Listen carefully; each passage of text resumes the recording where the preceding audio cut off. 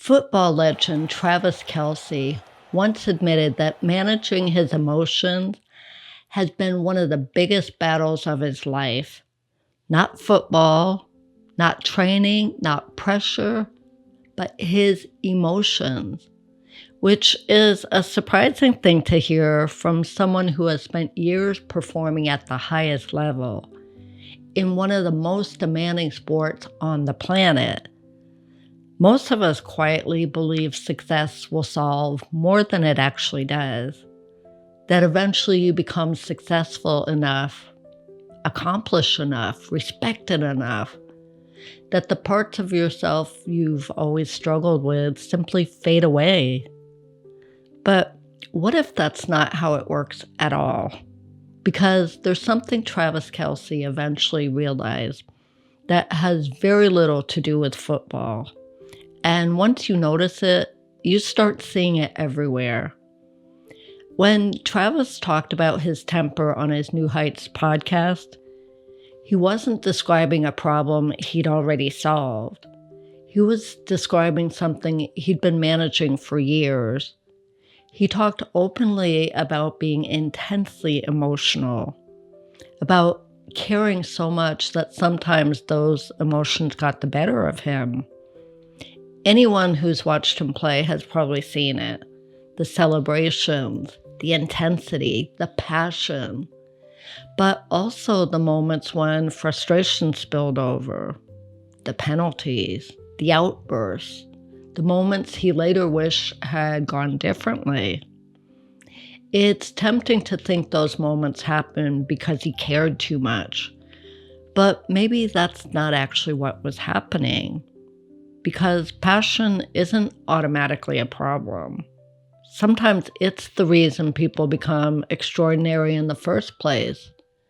The same fire that pushes someone to work harder than anyone else can also become difficult to control when something goes wrong, which raises an interesting question.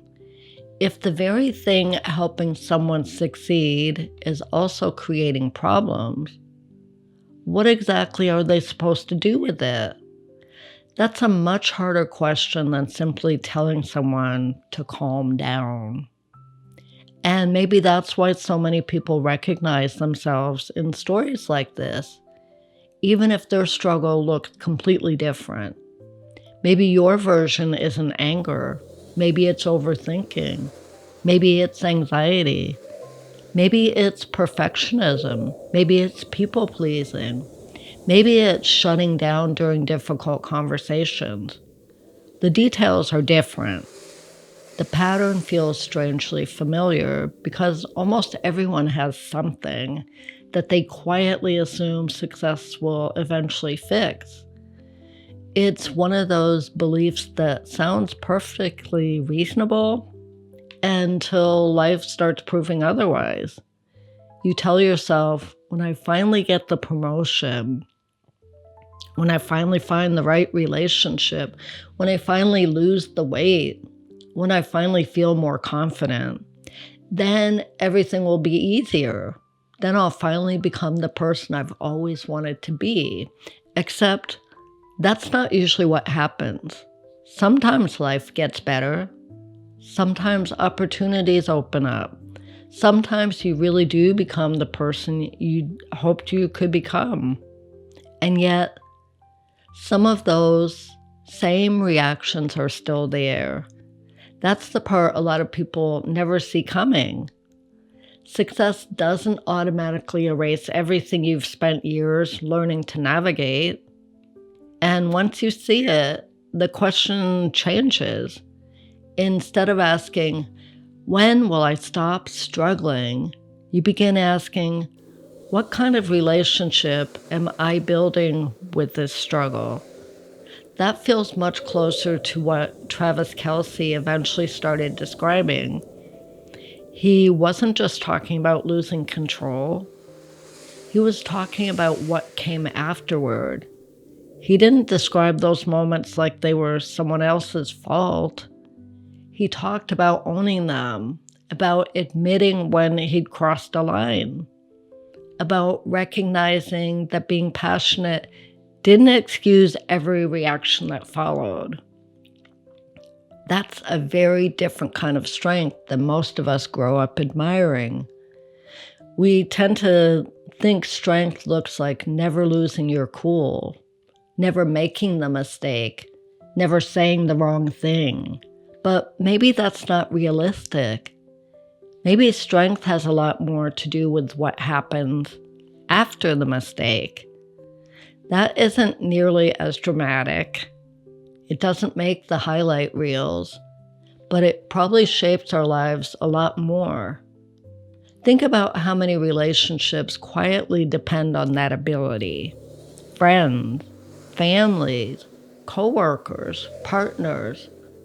Almost everyone has a moment they'd like to take back, a conversation they wish they'd handled differently, a reaction they wish they could rewind.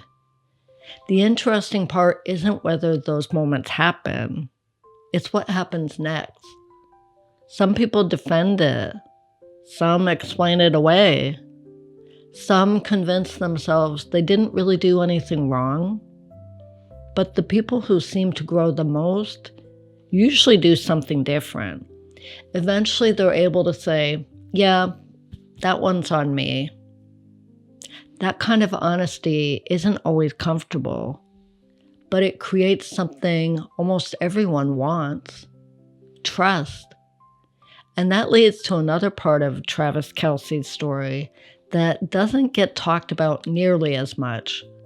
He's spoken about how important it is to have people around him who keep him grounded.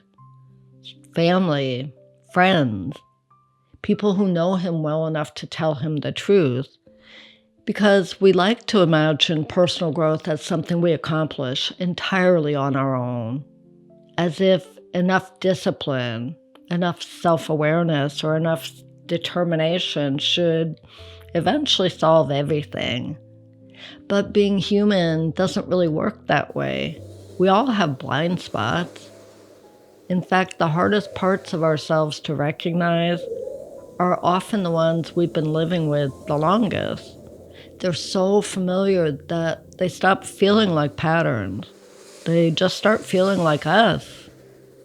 That's why the people who know us well can sometimes see things we completely miss. Not because they're wiser, and not because they have all the answers, simply because they're standing in a different place.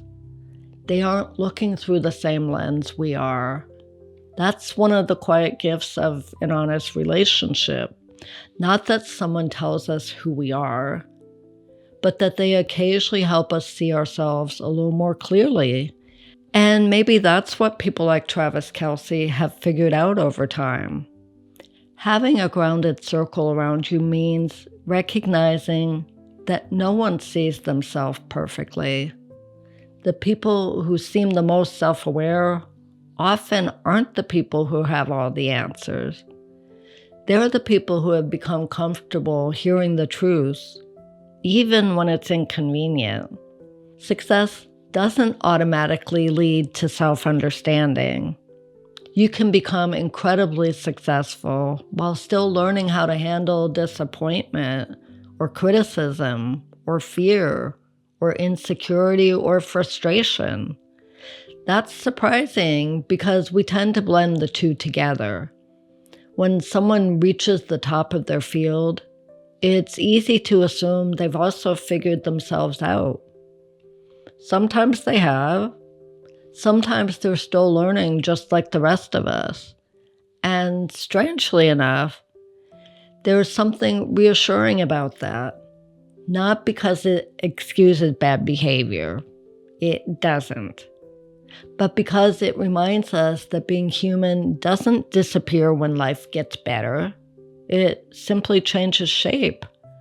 Maybe that's why Travis Kelce's honesty resonates with so many people. His struggle happens to be his temper. Yours might be something entirely different. But almost everyone has something that keeps showing up. Something they thought they'd outgrow by now. something they've promised themselves they'd finally get past, something that occasionally surprises them all over again. Maybe the point isn't that those struggles never disappear. Maybe the point is that maturity isn't measured by whether they appear in the first place. It's measured by what happens when they do. Do we notice them sooner? Do we take responsibility more quickly? Do we repair what needs repairing? Do we stay curious about ourselves instead of assuming we've already figured ourselves out? That feels like a much more realistic picture of growth. And honestly, a much more hopeful one too, because it means you don't have to become a completely different person before your life can move in a better direction. You can be successful and still be learning, confident and still have doubts, accomplished and still have habits you're trying to understand. You can have parts of your life that are thriving while other parts are still asking for your attention. Those things aren't contradictions. They're what being human actually looks like. Maybe that's what Travis Kelce eventually discovered. The goal was never to become someone who never struggles. The goal was to become someone who notices those struggles sooner, who takes responsibility for them, who learns from them, who stays curious about them, who keeps moving forward anyway. Because maybe real growth isn't about leaving every difficult part of yourself behind.